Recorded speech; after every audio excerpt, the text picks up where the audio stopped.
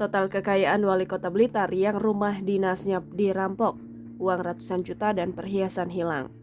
Pada Senin 12 Desember 2022 dini hari, Wali Kota Blitar, Jawa Timur, Santoso menjadi korban perampokan yang terjadi di rumah dinasnya.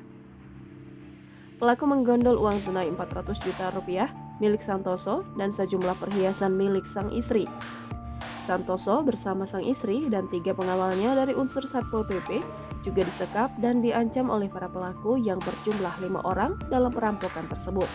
Pelaku masuk dari pintu sebelah barat dan langsung menyekap 3 penjaga di pos penjagaan. Setelah itu, pelaku masuk ke dalam rumah dinas dan menyekap wali kota bersama istri di kamar.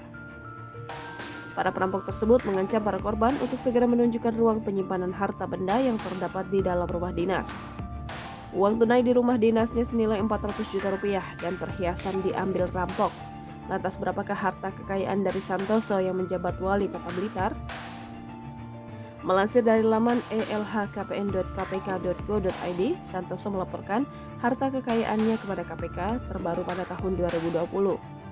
Total harta kekayaannya mencapai 971 juta rupiah atau tepatnya di angka 971.970.661 rupiah. Berikut rinciannya: tanah dan bangunan bernilai 450 juta rupiah. Tanah dan bangunan seluas 112 meter persegi per 75 meter persegi di Kabupaten Kota Blitar, hasil sendiri 300 juta rupiah. Tanah dan bangunan seluas 100 meter persegi per 100 meter persegi di Kabupaten Kota Blitar, hasil sendiri 150 juta rupiah. Alat transportasi dan mesin 370 juta rupiah. Mobil Honda Jazz G8 1,5E tahun 2013, hasil sendiri 100 juta rupiah. Mobil Toyota Kijang Innova 2,4 GAT tahun 2017, hasil sendiri 270 juta rupiah. Harta bergerak lainnya: kas dan setara kas 151.970.661 rupiah. Total harta kekayaan 971.970.661 rupiah.